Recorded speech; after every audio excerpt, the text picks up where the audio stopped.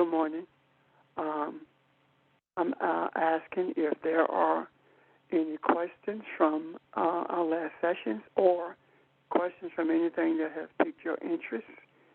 And I am also asking as many as possible to help facilitate today. So are there any questions?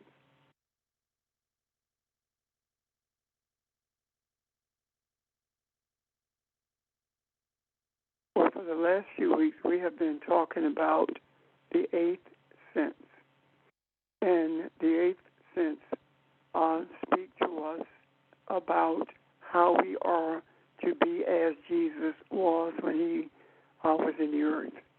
When Jesus said, if you trust or if you believe as the Father as I do, then not only will you do what I have done, but greater things than these you will do. So Jesus is simply saying that if you trust the integrity of a boom of the Father, you will be able to do exactly what I did and much more. So the eighth sense is about emerging of the spiritual as well as spiritual and the physical in order for it to become a human. Without embracing the spiritual and depending totally on the physical, which would be the mind, we are subject to do pretty much anything. And as a result of not being dependent or not understanding the spiritual aspects of our creation, we have ventured off into philosophies that we have labeled as religions based upon the scriptures when they're really not. Now, don't get me wrong. I'm not castigating anyone who has relied on religion as a guide. Every one of us on this phone at one time or another, we've done that. And those who are still involved in the religion, we are our brother's keepers. Therefore, we cannot expect to be able to put things in the macro that will assist everyone if at the same time we are critical of them or we are talking down to them. And when we talk down to them or critical of them, we are more critical of ourselves and we are talking down to ourselves because nobody is listening except the ones who's doing the talking. So having said that, I want to see if there are anyone else who would like to add to this discussion this morning.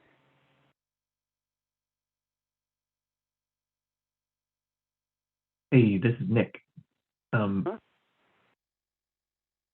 Good morning. I just wanted to say, just to add something, like a general sort of description of the difference between religion and spirituality as it applies to developing the eighth sense, as we've been speaking about it. And that is, religion is something that is imposed on us from without, and spirituality is something that is thought out and generated from within.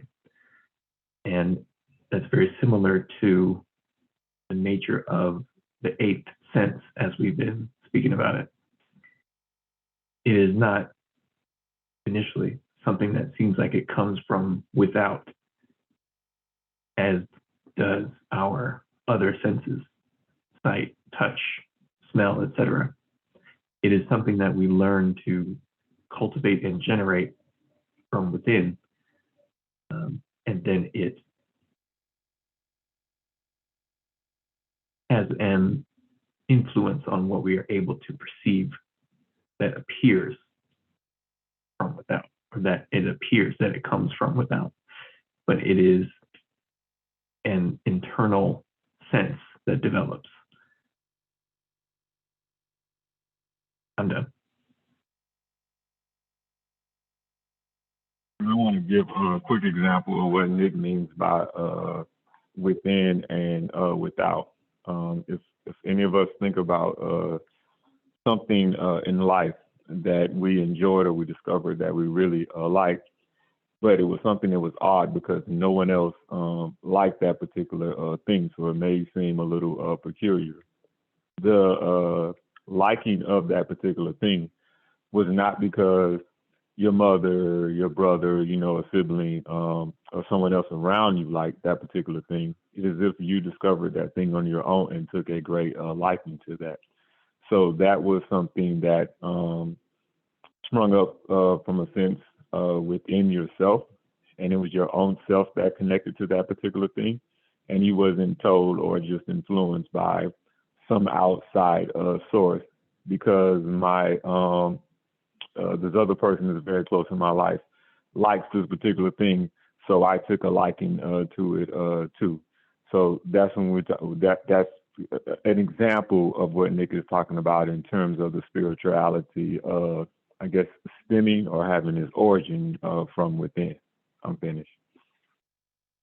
Thank you, sir. Both of you. I agree wholeheartedly. Well, matter of fact, while Nick was talking, something came to me. I think I said it a couple sessions ago, that the way I see it is the sixth senses protects us. It protects the physical house of the body, and it is a safeguard that allows us to remove ourselves from things that are unpleasant or dangerous, and to make sure that we are cognizant of those things that would damage our bodies, not only in a physical way, but also through certain gases, etc. And then I see that because of the nature of the seventh sense, the balancing, the focus, I see that as the bridge from those senses that protect us physically to merging of the body and the spiritual, which makes us human. And I see the spiritual as the human, rather, because I would rather, when I talk about the merging of the two, I think it's probably more beneficial to talk about the human as opposed to the body and the spiritual. When I say the human, of course, we've discussed this before. The principles that we are guided by while we're living in this world, and that is that those are the principles of spirituality. Now, the weakness that we have experienced, yet we call it strength, is being focused on the physical attributes of our being and translating those physical attributes into something that we call spiritual. The idea of transforming those physical attributes into something we call spiritual is by the whole concept. We are most focused on shouting, speaking in tongues, the words that are said in preaching, rather than what they mean. The choirs, the programmatic things that have no spiritual bearing at all. We have become totally dependent on the six senses with no concept whatsoever of how to bring balance to humanity, and no concept whatsoever of what Jesus meant when he said that not only will we do what he's done, but much greater things we will do, much more things we will do. We have no sense of that. we say it, but they're only words. They're not, or we don't see them as principles that grants us spiritual direction or grants us a pathway to travel in order for us to be able to bring to humanity what Jesus taught us to bring to humanity. And that is a sense of balance, a sense of caring for each other, being a fence around each other, those types of things that we don't seem to grasp. When we look at the church situation or religion, what we see is something that we call our home church.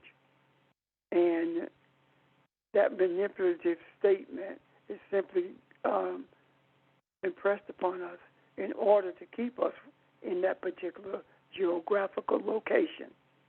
However, if we look at what the scriptures are actually saying, it is not talking about a church at all. It's talking about a gathering where people come to a congregational thing, where people come together in order to learn how to embrace the spiritual essence of their being. And if we look carefully at what Jesus did, there are so many metaphors in his life.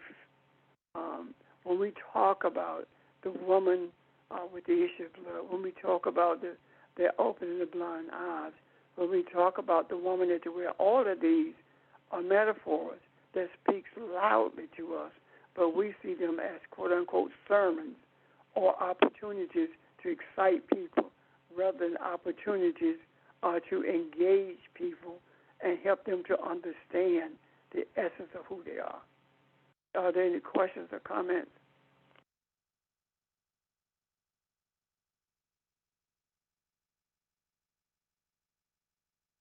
Well, let me raise the question, if I may. Are we any clearer on understanding the eighth sense and what we are talking about when we speak of embracing it?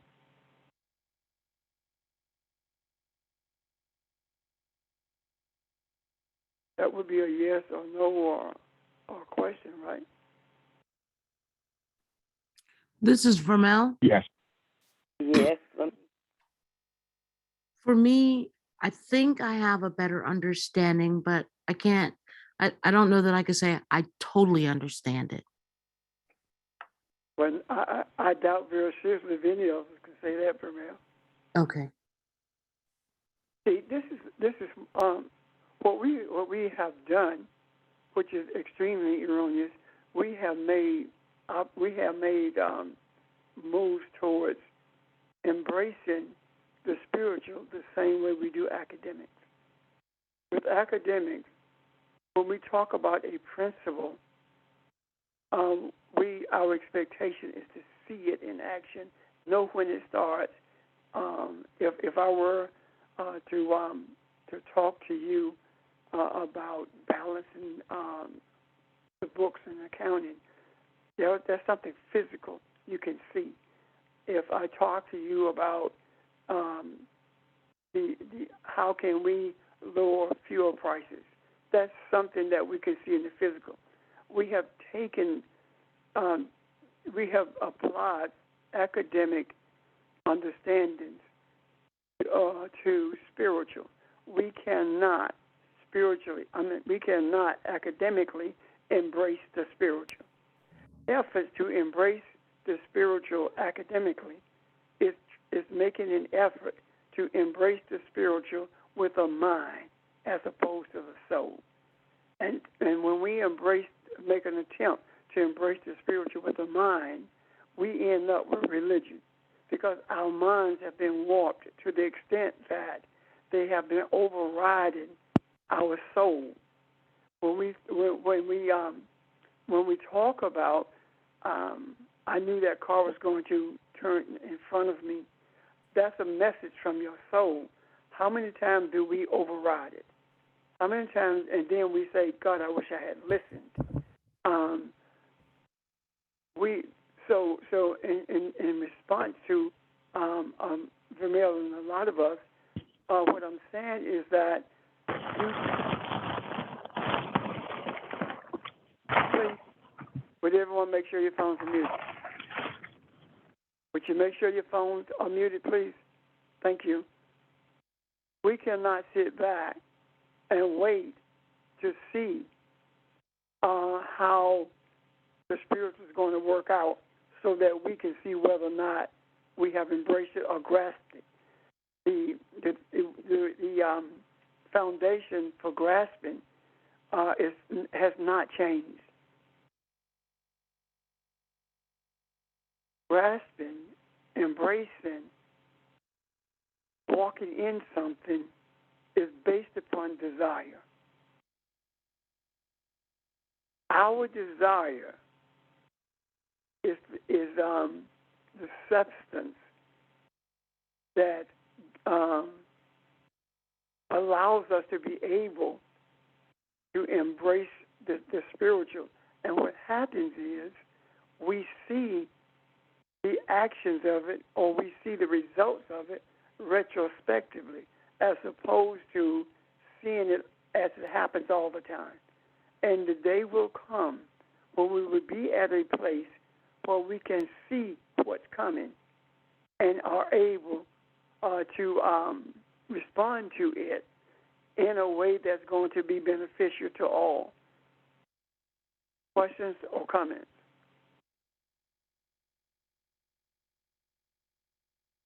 Well, then, does that make sense? Wanted to. Go ahead, Cheryl.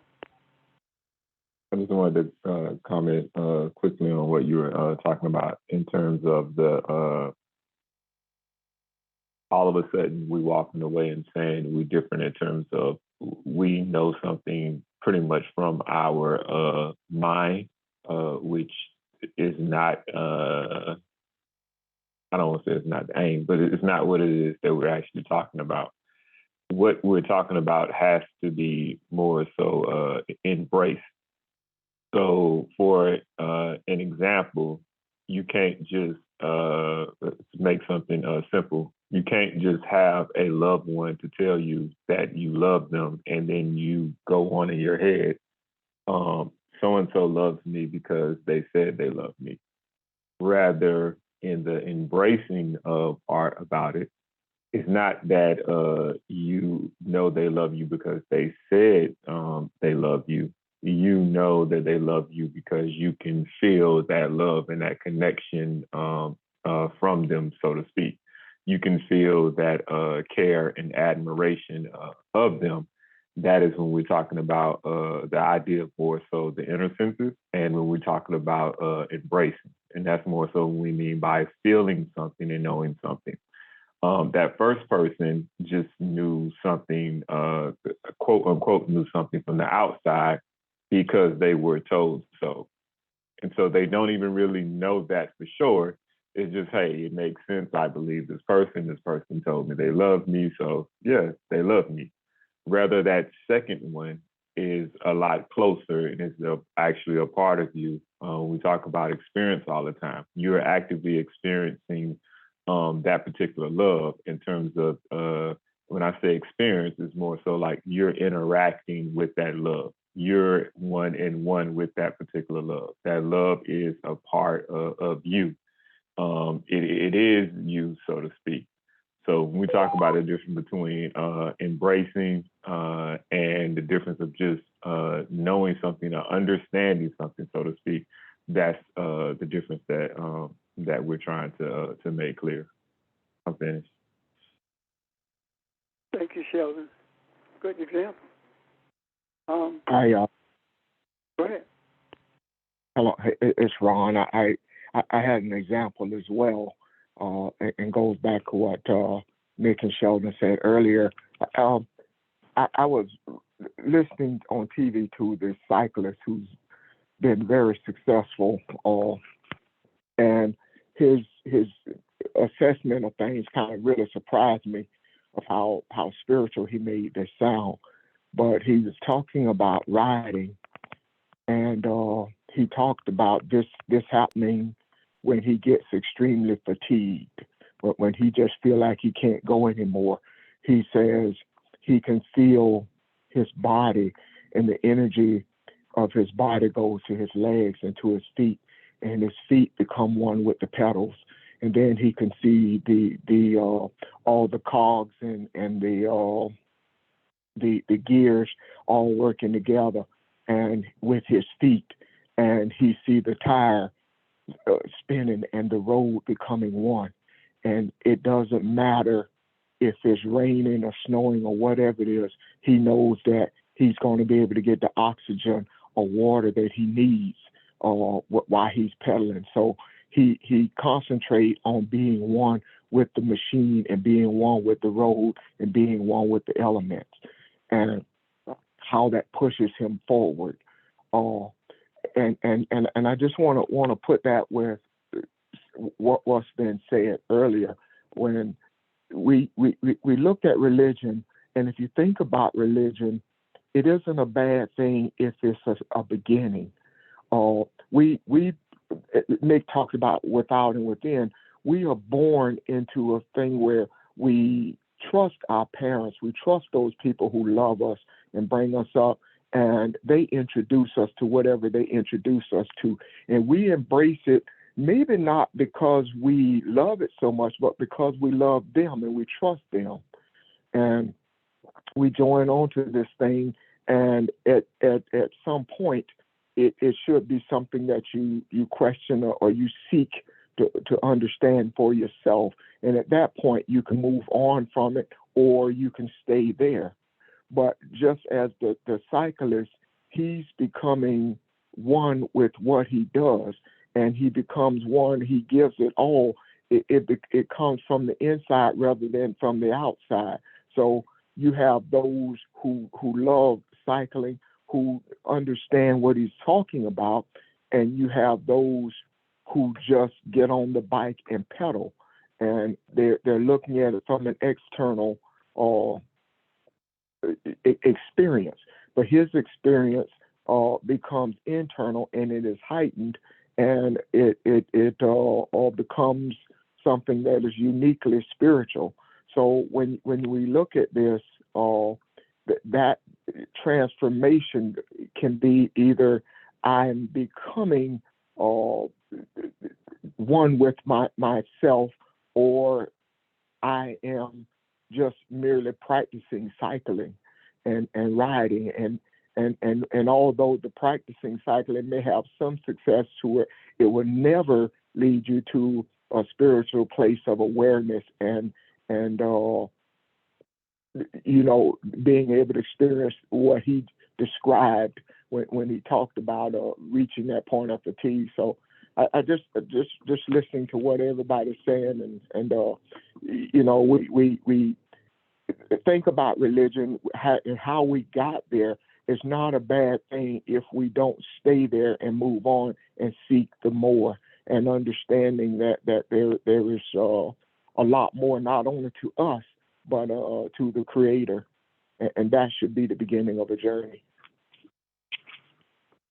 Well, Ron, if it weren't for religion, we would not be where we are now, because that was our beginning. Yes, exactly. And that's one of the main reasons I strongly suggest that we be very, very careful on how we interact with people who are still steeped in religion. Be very, very careful, because these are the people who our Creator has granted us the awesome privilege of putting things in the macro so that they can see who they are. Yet people who think they know something, the charismatic church, look down on people in religion. We can't do that. Neither can we do that with charismatic people, because this whole thing called the charismatic movement actually came from Azusa Street in Los Angeles, the one where the Kojic Church grew out of, the Church of God in Christ grew out of that, and all of these charismatic ministries, whether it be Kenneth Hagin or Roberts, or whether it be Mark Sharona, whomever, all of it came from the Azusa Street revival, and I think that if we study that revival, what we will see is that even though the people who were inspired to introduce their knowledge or understanding of spirituality or their quest for it were able to do some amazing things, even though they did not espouse the truth that we are Elohim. Their sincerity and their deep desire is what gave them access to who they are in terms of their strength and power to bring deliverance to people who were addicts or who were ill. There are some real stories of and real miracles that came out of that movement. So again, I suggest very strongly that we be cognizant of how we reference people and their beliefs. Anyone else make a statement, questions? Yes. I just wanted to add on to when Ron was talking about the cyclist, sort of in a sense, losing his sense of physical self and becoming one with the process or the act of cycling. What you're describing is what is intended with the physical discipline of meditation or yoga. It is when you bring yourself to the limits of your ability to exercise your physical ability, then it creates an opportunity for your awareness to remember something that exists within and beyond the physical experience. And it sometimes takes coming to a certain extreme of physical experience to cause yourself to sort of jump past it in terms of your awareness and remember and interface with the eighth sense that is always within and behind all of our regular physical senses. So when we meditate, when we go to sleep, that same process is in play. It's a process of letting go of that physical awareness that has ensnared or captivated us for so long and learning to remember those aspects of self that extend beyond this physical experience and actually are the source of this physical experience. And we can learn to incorporate that awareness and develop that awareness and our ability to draw from our awareness of our non-physical self at any time, whenever we need it. But the real challenge is learning to identify the places in our sort of mundane or regular awareness where we're paying attention to all this material, physical stuff. The real challenge is to identify the anchors that our awareness has in the physical, which is to say those things that capture our attention the most. And we might not be sort of consciously aware of them, but if we can, through self-observation and through being aware of why we think and feel the way we think and feel, we can become aware of those anchors, aware of those points of great attachment to the physical or material experience. We can learn to let go of them, not to reject them, because we still need to be aware of this, but so that our awareness is not dominated by them, and so that we can remember those aspects of self that are much greater than this relatively limited physical sense of self. I'm done. Thank you, sir. Anyone else? This is Barbara. Good morning. Good morning. I had this dream, but I didn't know what it meant. Really, I had a sense of it, but it seems tied to our discussion here about the eighth sense, in a sense.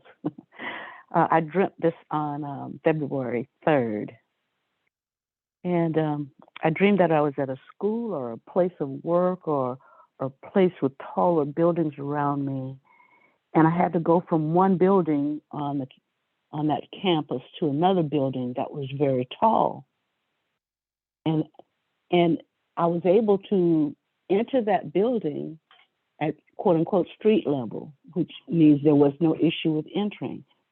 But when I got into the building or whatever it was, I had to come back out,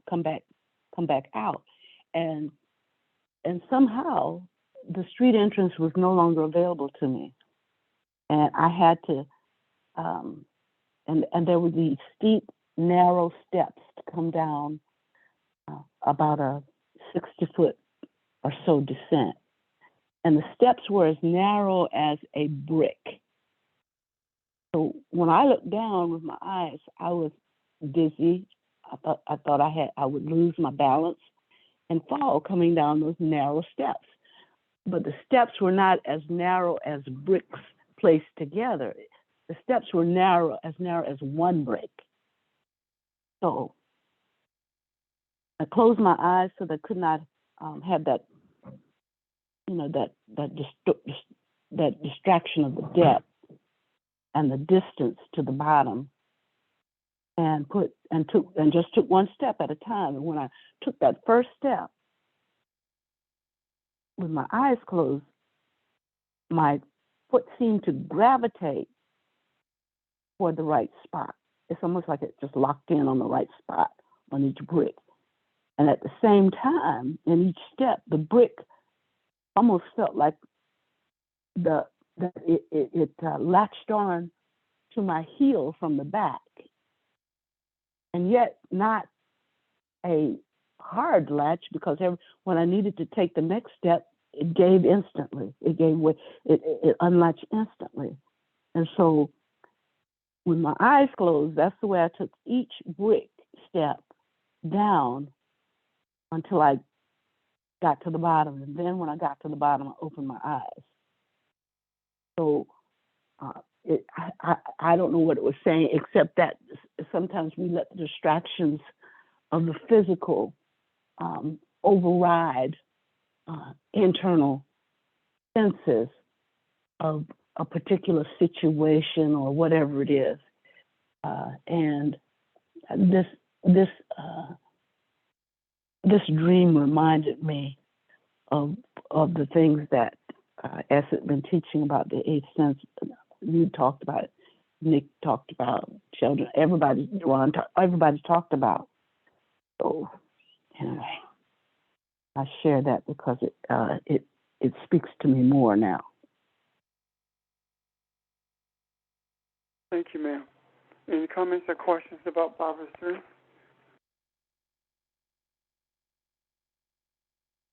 Yes, that sounds exactly like what we're talking about. It's the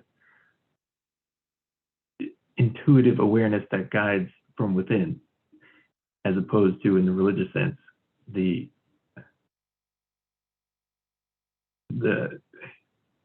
sort of egotistical intellectual rule set that is imposed on you from without. And in that case, I think your dream is very much related to your own willingness to trust those internal, intuitive, and spiritual influences that are very subtle in a lot of cases, but that we can learn to rely more heavily upon and be more conscious of. Yeah. Thank you. Anyone else? And Nick, I think you hit it, because the issue is trusting what you sense, trusting what you hear internally, and then acting on that. And the more we trust it and act on it, the more we are attentive to it in the next situation or time that we need to be aware of it.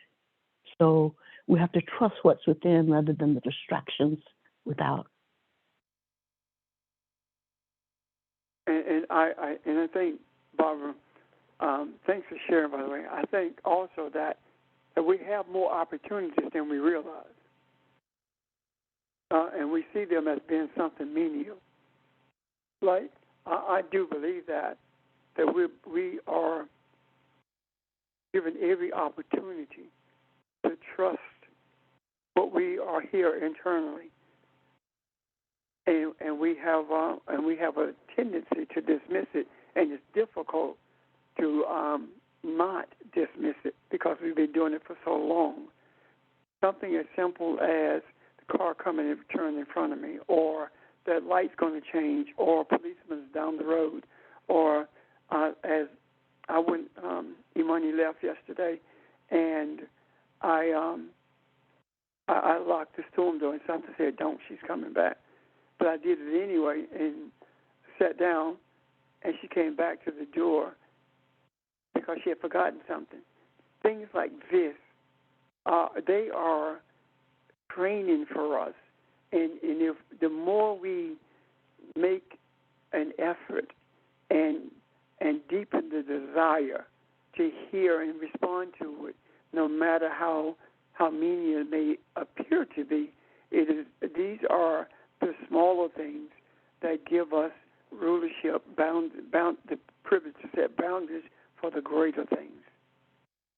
Does that make sense?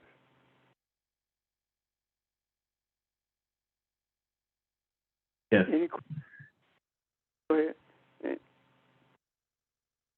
Is there anyone else?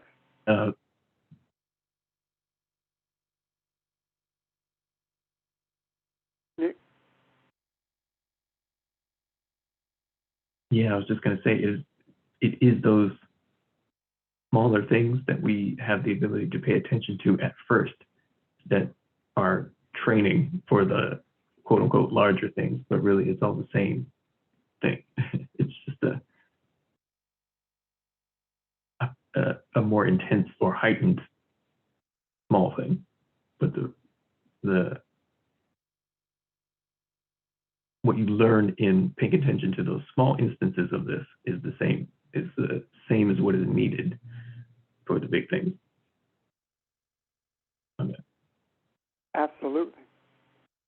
Go ahead.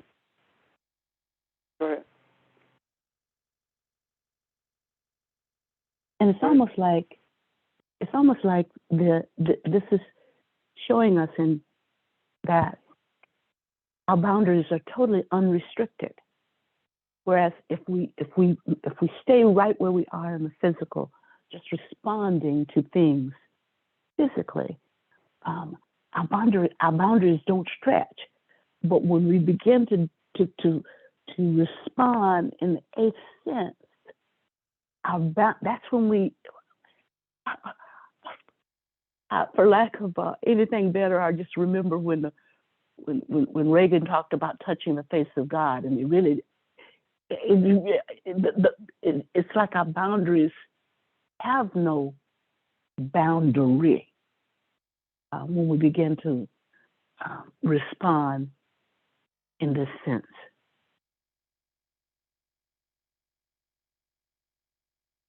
I distinctly remember, you may remember as well, that early in this quest to understand the scriptures, not realizing that it was a quest to understand who I am. I remember distinctively being able to see things before they happened, especially to individual people. Not only that, but I was also able to see what was happening in some people's lives and spoke to them about that.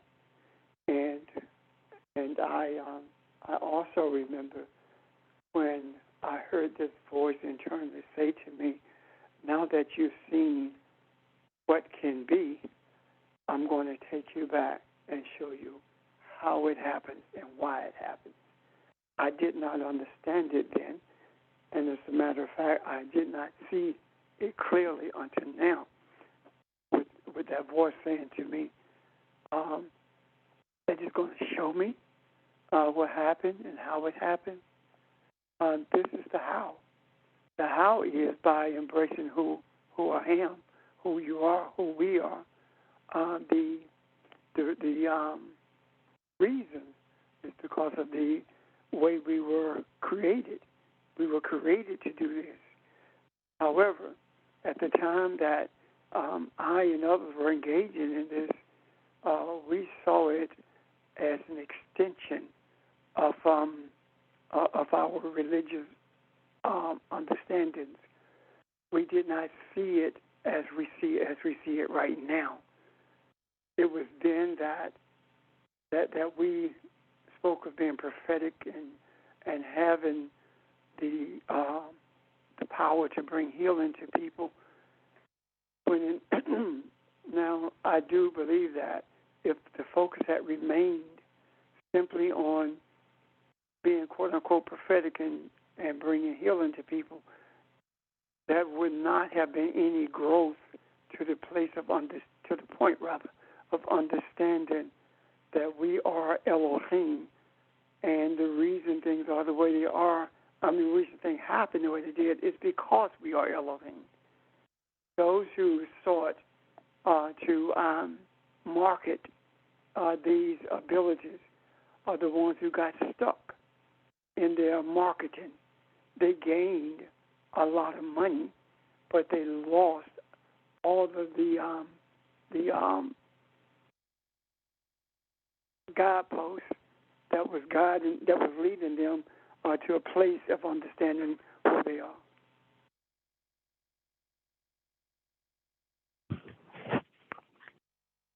I would guess that at some level, most of us on this phone have had a feeling that you are out of place or you don't necessarily belong at a certain place or situation. And a lot of that is taken care of course, with family, because I think having children especially gives us an anchor. It gives us something outside of self to look at and to hold on to. But I see what I'm getting at is through the discussion that at some place in our religious setting, we ran out of boundaries. We ran out of places to feel comfortable. And we had to search for more. And it was obvious that the more, as Nick has stated already, was not an external place. It had to be internal. And in looking internal, initially, it was not something that you saw answers to, but you saw more questions. And the more questions have led us here, and we're being rewarded with answers.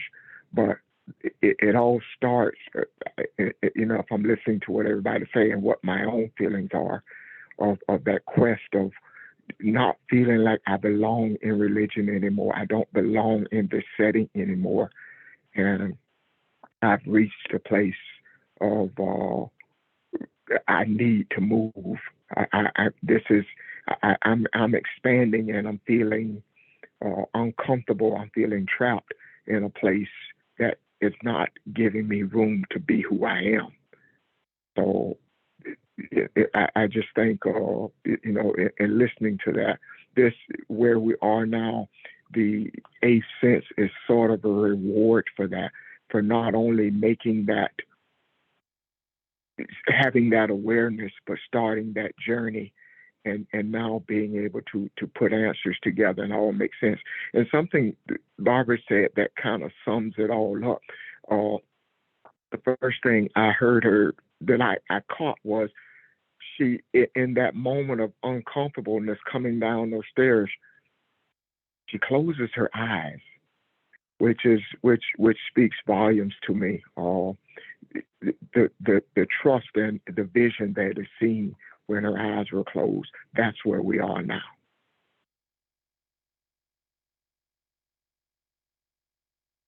Thank you, sir. Were you finished, Ron? Yes, sir. I'm done. Thank you. Okay. I can see that very clearly.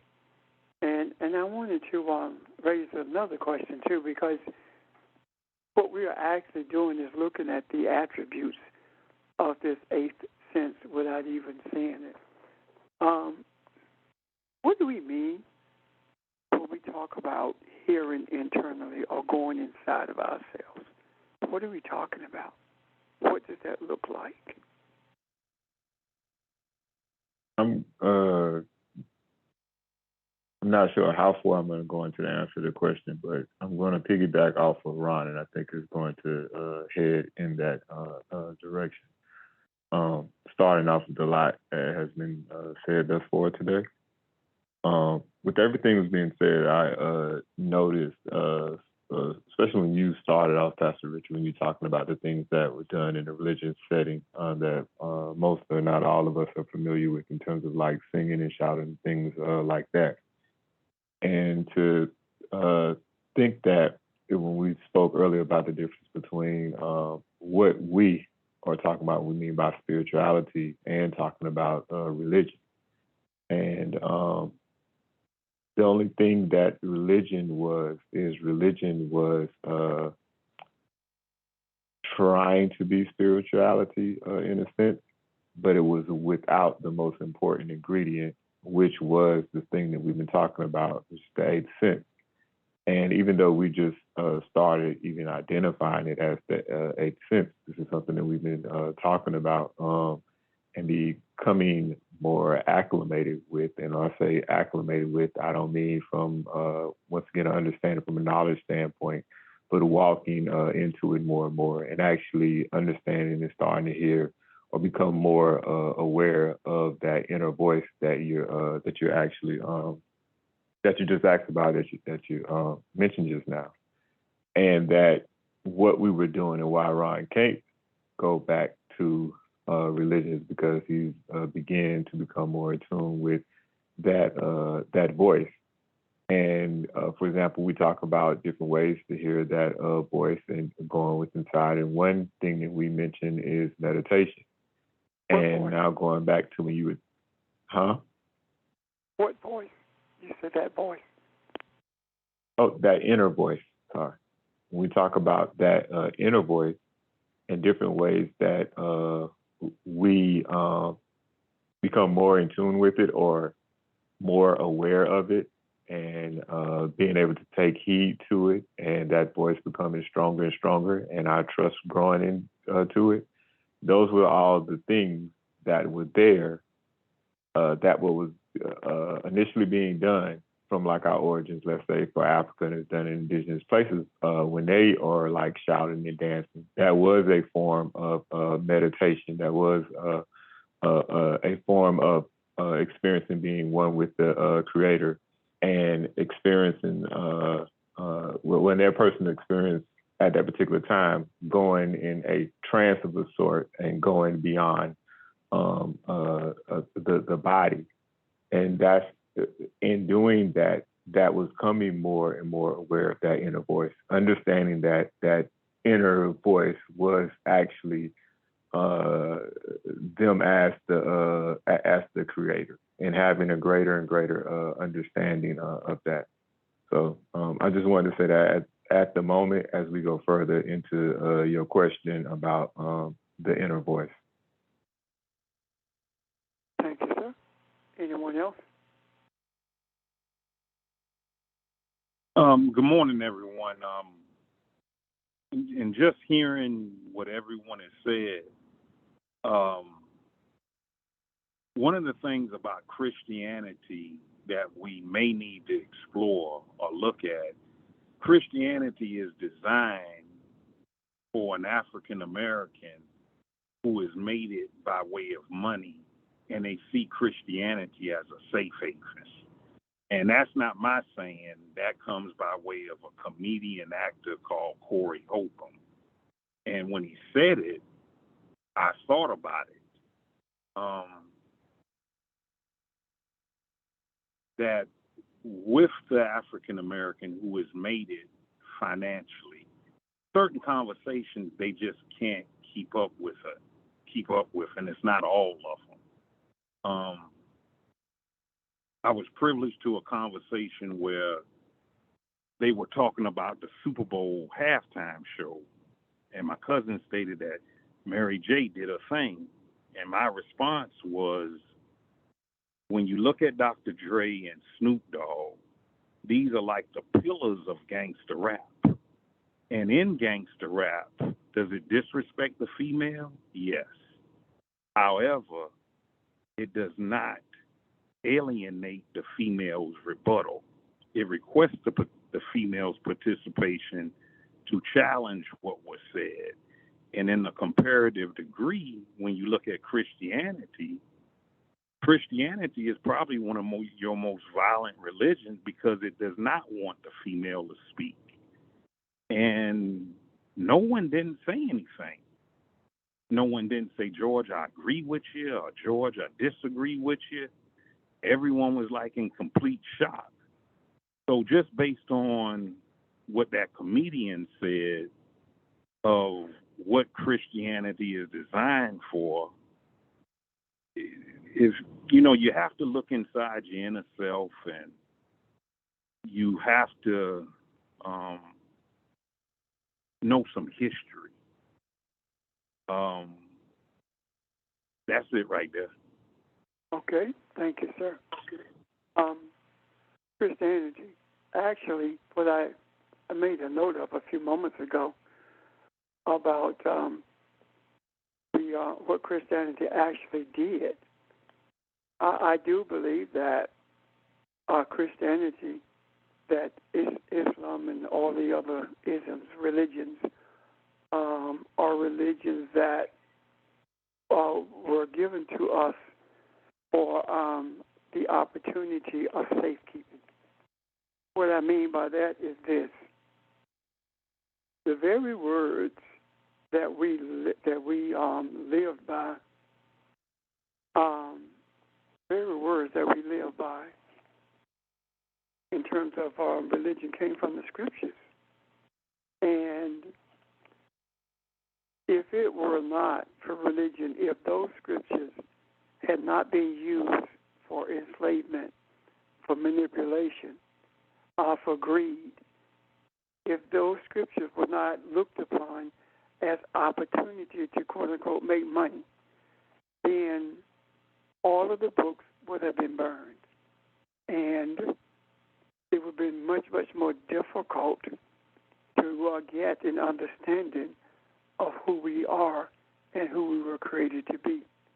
So the very thing that was meant for our bad actually turned out to be for our good, because it kept alive the words from the East, the words that emanated from the Cushite kingdom and resonate to this day in the hearts of men. So I see it as having been a grand opportunity to get us to where we are right now, orchestrated by our Creator. Now, any questions about that? Because I want to talk about this internal voice, or this internal feeling. What are we talking about? But first, are there any questions about what I just said in reference to the scriptures / religion? Maybe I should ask, can you see that? Does it make sense? Good morning, this is Janice. It does. I've got to actually sign out here in just a couple of moments. Do you mind if I make a comment about the inner voice before I go? Oh, Okay. I've been thinking a lot about what we've been talking about in terms of meditation and foresight and the inner voice. And it came to me that what we're really talking about is the ability to perceive our connection to each other and the greater, I hate to even use the word universe, but the greater sort of being that we're all a part of. So when you see, you know, and I'll go back to my example of driving on the highway and you're surrounded by cars and you know that the car in front of you is getting ready to juke to the left. So you should wait until they complete that maneuver. That inner voice that you're hearing is really your connection to the other driver, because we're all really just a giant organism. And the same thing goes, I guess, in terms of foresight, right? Because if you're perceiving that connection to all the other people that are around you as one being, that includes the, not just the people, but the weather, the earth itself, this giant creation that's all connected, then yeah, like you can see further, you can hear, you can understand. And I think that's kind of the voice that you're talking about, isn't it? Yes. That's the kind of voice I'm talking about. Okay. I'll be here for another 2 Yes, minutes. ma'am. Sorry.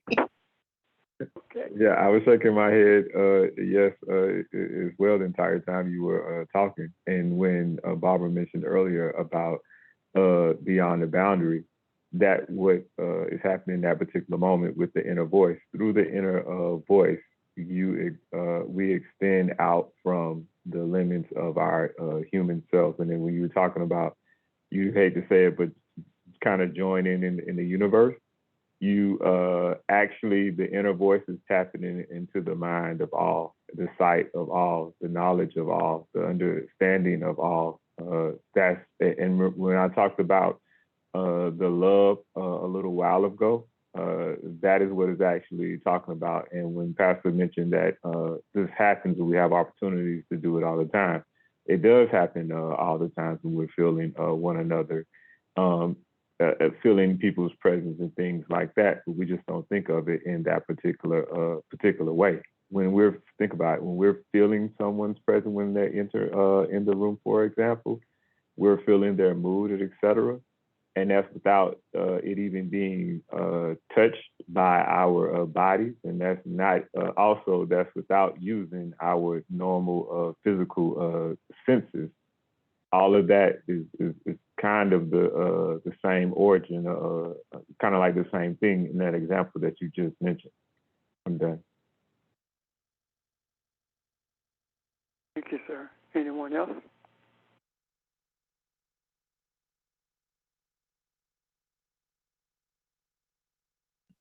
I'll be excited to hear the recording. Okay. You guys have a good morning. Thank you. You too. The inner voice. What is it? Everyone has everything you said. Is spot on. I see it that way, as you see it. And to add to that, maybe the inner voice. Suppose that inner voice is simply the voice, and the voices that we hear now, as we speak in this, using the spirit, which is air, and the vocal cords. This is the voice that we have command over. And that is the reason we are able to override what our soul is saying. The inner voice is the language of the soul. When Barbara talked about closing her eyes, the inner voice of the soul says, in so many words, I got you. And when we focusing on the eyes being closed and the eye being open, is saying that even with the eyes closed, the eye does not have to see the steps. The eye guides the feet. And the eye avoids the danger that lurks ahead of us. The voice that we speak of is the soul. And when we talk about making sure we're listening to that voice, when we totally embrace this, what we would be is as Jesus was, meaning that Jesus' voice was not the dominant voice in his life. And I'm talking about the voice of hearing, that we hear, rather, the verbiage. It was not the dominant voice in his life. The dominant voice in his life was his soul. And he referenced it by saying, I do what I see my Father, I do what I see of whom, I do what I see the universe say. So what he's saying is, I respond to what my soul tells me. And he, at that point, or is continuously rather, verbalizing what his soul is saying, as opposed to verbalizing what his mind has been taught to say. Does that make sense?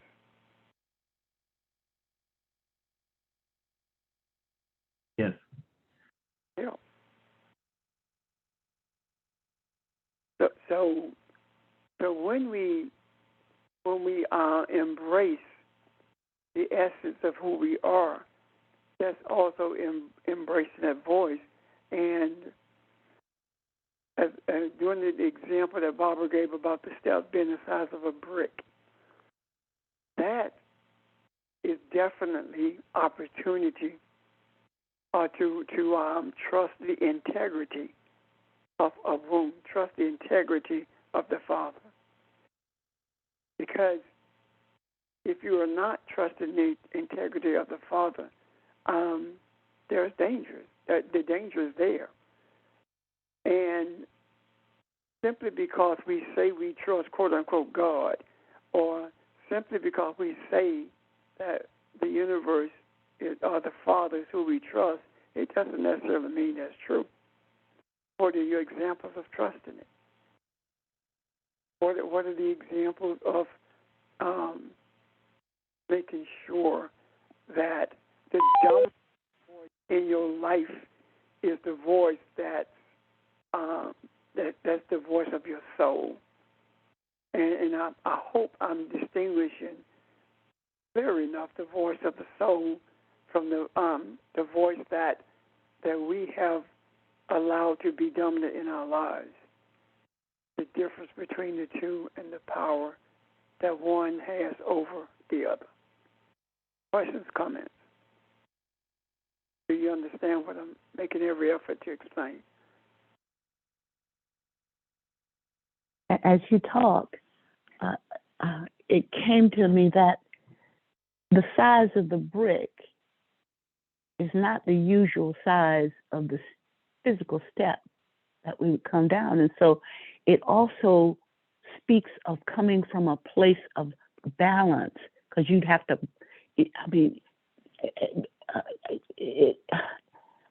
and you don't have to think about that kind of balance when you trust. It just is what it is.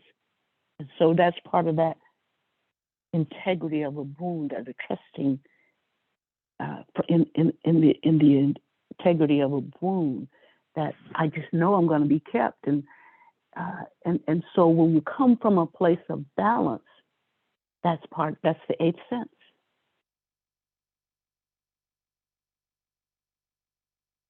Okay, I can see that. So Go ahead, Ron. I'm sorry, you're going to answer that. Go ahead. I'll yield to you. Go ahead. Are you going?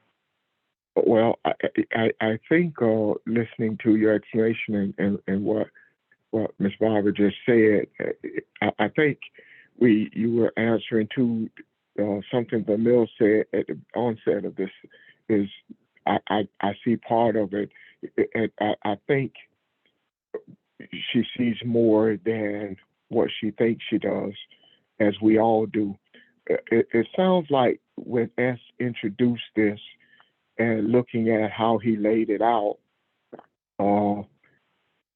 part of it sounded familiar because what the Creator was showing us is you're already here. You're at this place, and I'm going to show you how and how to pull all this together, and what your desires have been, and your oneness and love for each other has led you here, and your concern and love for mankind has pulled you together, that you are now at a place where you're feeling the rhythm of the universe. So in that voice that you're talking about, that inner voice, is something each of us have, and maybe it may be saying that we are reaching a point or a place where verbalizing explanations will not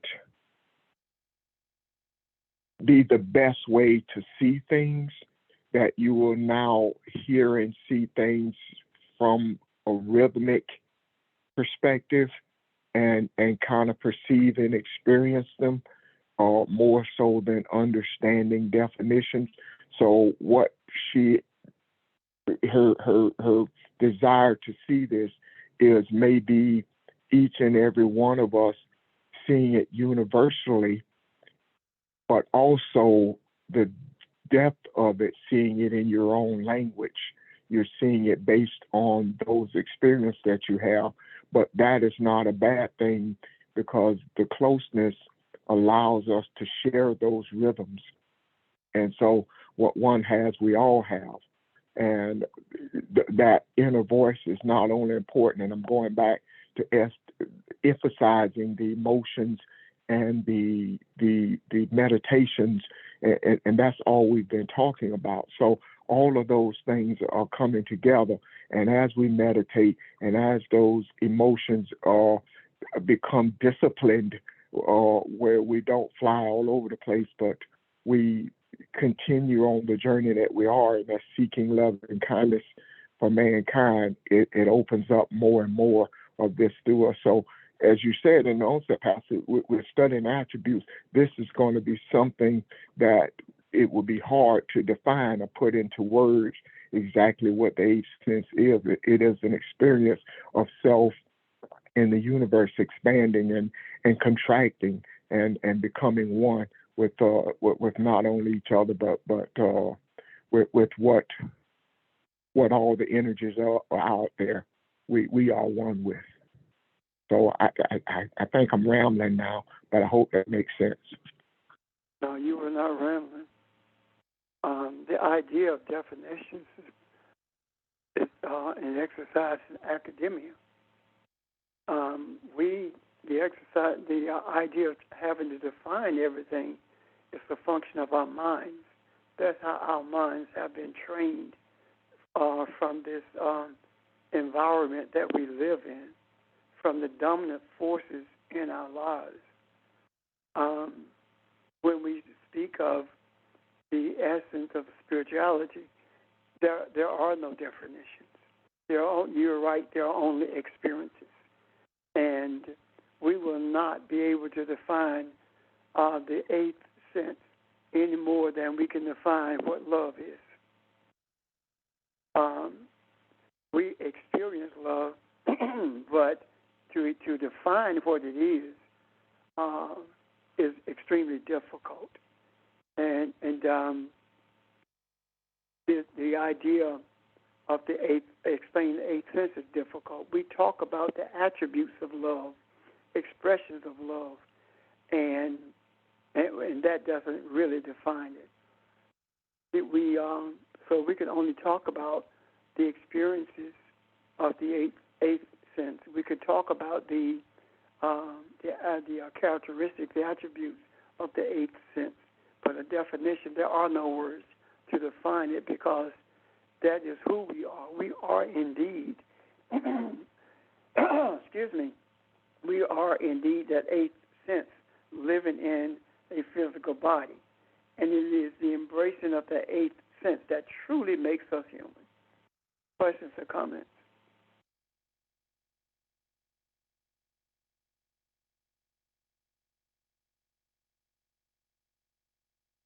Does this make sense, guys?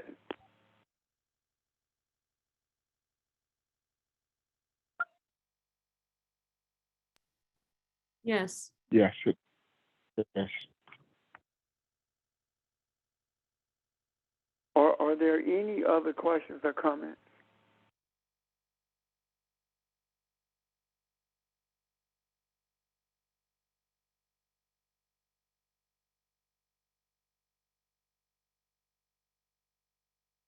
Okay. I think that I believe that we are in more of a posture to be to experience this eighth sense than we know. I think earlier Ron alluded to that that's where we are. I also believe that when we are meditating, what we are doing is actually seeking to separate this dominant voice so that the soul, the voice of the soul, can become dominant. And the more dominance the voice of the soul has in our lives, the more we will have experiences like knowing that a policeman is down the road, or knowing or feeling what's going to happen before it does, or being at peace in the midst of the storm, of being so in tune with our essence of forgiveness until we automatically do it without thinking about it. Not having to make any fanfare about loving humanity regardless of who they are. These are the attributes of that eighth sense. Being able to bring deliverance and knowing when to do it. Just because Jesus had the ability to bring deliverance, it doesn't mean that he brought it to everyone. An example of that is he did not seek the woman with the issue of blood out. She sought him out. With him able to know what's in the thoughts that's in the heart of men. He already knew she was there, apparently, and it was her efforts that led her to him. That example to me says that she had sought everything that her mind told her to seek, to bring about healing in her life, to bring about deliverance in her life, seeking something that she was not aware of, balance. And her soul spoke to her and guided her to touch the hem of the garment. And that says that regardless of whether you're able to touch the essence, the body of the human, the thing that covers it is able to bring you to the same deliverance that you are in search of. So there are times when it takes the the spiritual or physical connection, that is the touch, in order to bring deliverance. Our deliverance don't necessarily come automatically. There are times when we must seek that deliverance, which says that we trust the integrity of the one who covers us. We trust the integrity of the one who is traveling this journey in search of truth. We trust the integrity of the one who speaks from the voice of his soul, as opposed to from the mind that has been manipulated. So right now, we are moving further and further away from our academic training, our academic influence, and seeking wholeheartedly to be encapsulated by the spiritual essence that we were created with, being so encapsulated in this essence until it is extremely difficult for the thoughts of the mind of this environment to penetrate that essence. Right now, it has been the reverse. The soul has been actually pushed out and the voice of our environment has been speaking. It is time now for us to make every effort to overrule the environmental mind, the environmental thoughts, in favor of the spiritual thoughts and essence of who we are. Does that make sense? Yes, sir. Yes, it does. So having said that, I want to know, I would love to hear if there are questions or comments, or if there has been clarity brought to you today, or more clarity about this eighth sense. Don't everybody speak at one time. Good morning. This is Mary. I was thinking about that. So to me, it gives me a different light to the scripture watch as well as pray, because as we're meditating, we're also watching and seeing what and hearing what the Spirit is saying, or the connection. Does that make sense? It does. Okay, and another thing, I was trying my best, because I know that was Monday, I was, whatever day that was, concerned about not trying to shape things.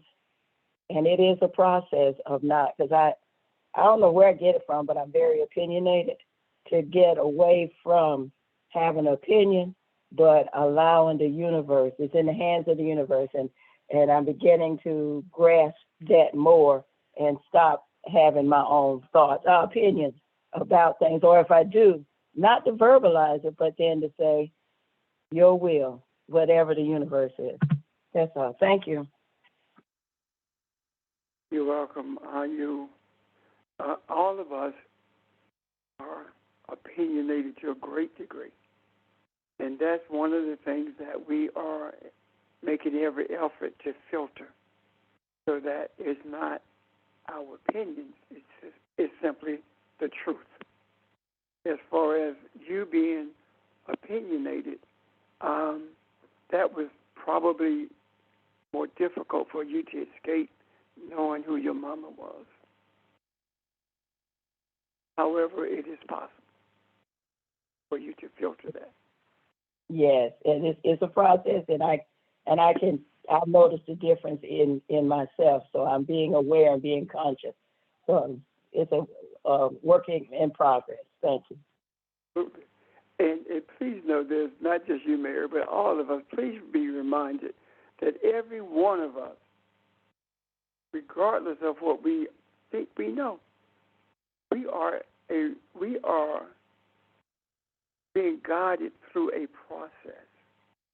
We haven't arrived. We are not docked at the station. We are on our way always. We are being processed in order for us to continue this journey of truth and to really, really, really experience what it means to be one with.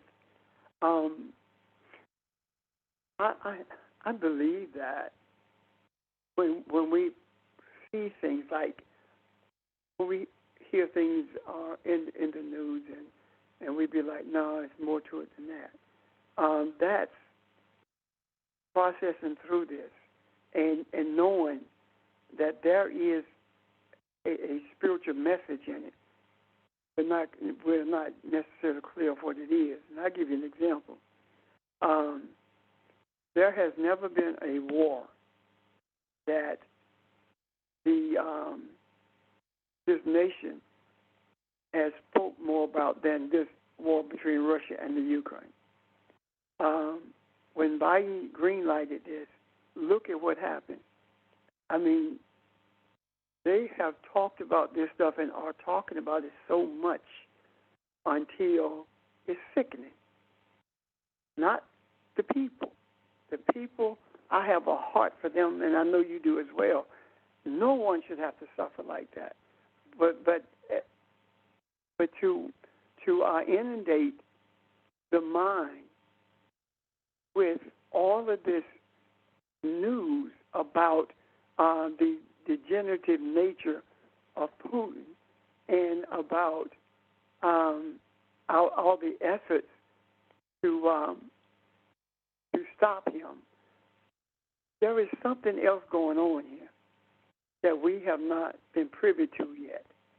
There is more to it than what meets the eye. And again, I reiterate, in no uncertain terms, I feel for the people who are suffering through this. And whatever we have not been privy to, my question is it worth it to sacrifice all these people to gain whatever it is that's being sought? And I do believe at some point we are going to be shown why all of this has taken place. So these are the things, this is what I'm talking about when I say that we see things that are transpiring, and they really just surface things. But internally, spiritually, deep in our souls, we know it's more to it than that. That makes sense. And the sacrifice is not just starting. I mean, the sacrifices started with Somalia and Sudan and Syria and the pandemic and Ukraine and even the Russian people who are sucked in by misinformation. All of them are like, all of us like sheep going toward the slaughter in a sense. Yeah. And so enlightenment has to be made available to them somehow for their eye to open. I, like you, feel for the people as well. And then I think, well, you know, what if all these folk were Black people? Would we feel for them in the same way? And we should. I mean, it doesn't take away. It doesn't take away from my feelings for the Ukraine people. We should feel this way about all people who are who are treated in such an inhumane way. Absolutely. Because it is happening in the Sudan. It's happening in Syria. It's happening in hundreds of places around this world. But because they are people of color, we don't hear about it. I mean, think about it. Open arms for those Ukrainians who want to come to this country. Closed borders to any people of color who want to leave Somalia or Sudan and come to this country as refugees. These are the points that are being seen by people around this world. Believe you me, it may not seem like it right now, but the differences that are being made with the Ukrainian versus people of color is going to be at the forefront of everything, if not before, in the midst of the ending of this saga. We are being shown in no uncertain terms how things have always been around the world. And having been shown that, we are being told that your desires, your cries have been heard, and the exposure of everything is taking place. You may not understand it now, but you will understand it as it unfolds. Do not be dismayed.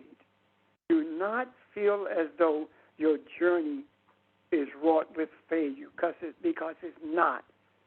Know this if you don't know anything else. You are in the right place at the right time. You are being guided by the energy that brought everything into existence. You are the essence of that energy.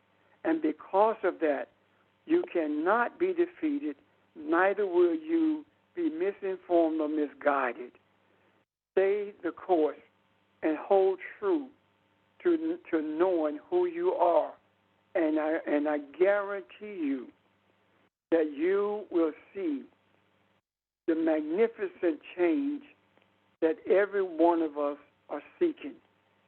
Yes, Mary, it's a process.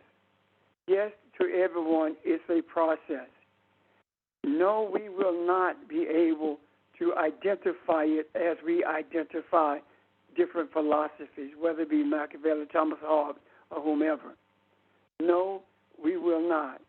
Yet we are the identifiers, meaning that when we are in the presence of others, they see something different, and they identify with that, and that gives them hope. And regardless of what you say when they approach you or you them, whether it simply be a hello or a long, drawn-out conversation, whatever they need, they are receiving from that energy. A hello is more than you would ever believe it could be. The idea of a glance carries more power and energy and love and affection than you could ever measure. Stay the course, remain who you are. Know that you do not love mankind. You are the love of mankind. You are love itself. And if love cannot be defined, neither can you. Love is an experience, and so are you. So everyone who comes into your presence are experiencing something. And what they are experiencing is what they need at that moment. Stay focused. Stay the course. That's my message to you above everything else. Any questions or comments? I don't want to mess up what you guys just said, but I just want to kind of tie it together. And somebody help me with this, if you would. What Barbara said when she named all the other places is she took this suffering, or she took the way that the time and the physical location away from it, and it shows us that we are, as Pastor said, the love of all mankind for the history of time. So I put that together with everything, because the words he just said were beautiful. I just thought about the emphasis that S put on your meditation and your memories, and so our memories are expanded to include all of mankind for as long as there has been time in the earth. And so as we talked about last week, your meditations go beyond your years, and as in this place in the universe and feeling this rhythm. And I just, just listening to what Pastor said and what Barbara said, it just reminded me of that. So the emotions that we have discussed is your feeling, your love and compassion for all of these people of suffering that are going on. I think that was beautifully said, and just I hope I didn't confuse anybody, but I just thought about everything that we've been studying the last couple of weeks. You just kind of summed it all up and put it all together, and I hope that makes sense. And if somebody can say that better, I'd appreciate it. Thank you, Ron. Anyone else? I know you're not rambling or confusing. Okay. What I want to do then is leave this also with you. Jesus always transcended time, especially after the resurrection. We have lived in the valley of death because of not knowing who we are. Our resurrection has taken place. And the understanding and embracing whether you understand it or not, grants us the privilege to transcend time. Time is a limit placed on us for the purpose of breaking the boundaries of time. It gives us opportunity to see our mistakes, to grow from them, to be strengthened from them, and give us opportunity to hold fast to what we know the truth to be. Resurrection is about transcending time. Eighth sense is the transcendency of time. It is living in the now forever. There are no boundaries. We are simply the essence, spirituality. We move in the space of time for the purpose of aiding humanity who are living by time, if that makes sense to you. I want to leave that with you. And maybe tomorrow, if there are questions in regards to anything said today, you will jot them down and bring them as we open up tomorrow morning at 11 o'clock. If there are no questions or comments, I simply say thank you for your presence, be it on the phones or through Zoom, however you are connected with us. Thank you. Thank you. Thank you. Have a great day. Thank you. Thank you. Thank You all you. too. Thank you. Bye. Bye, everyone.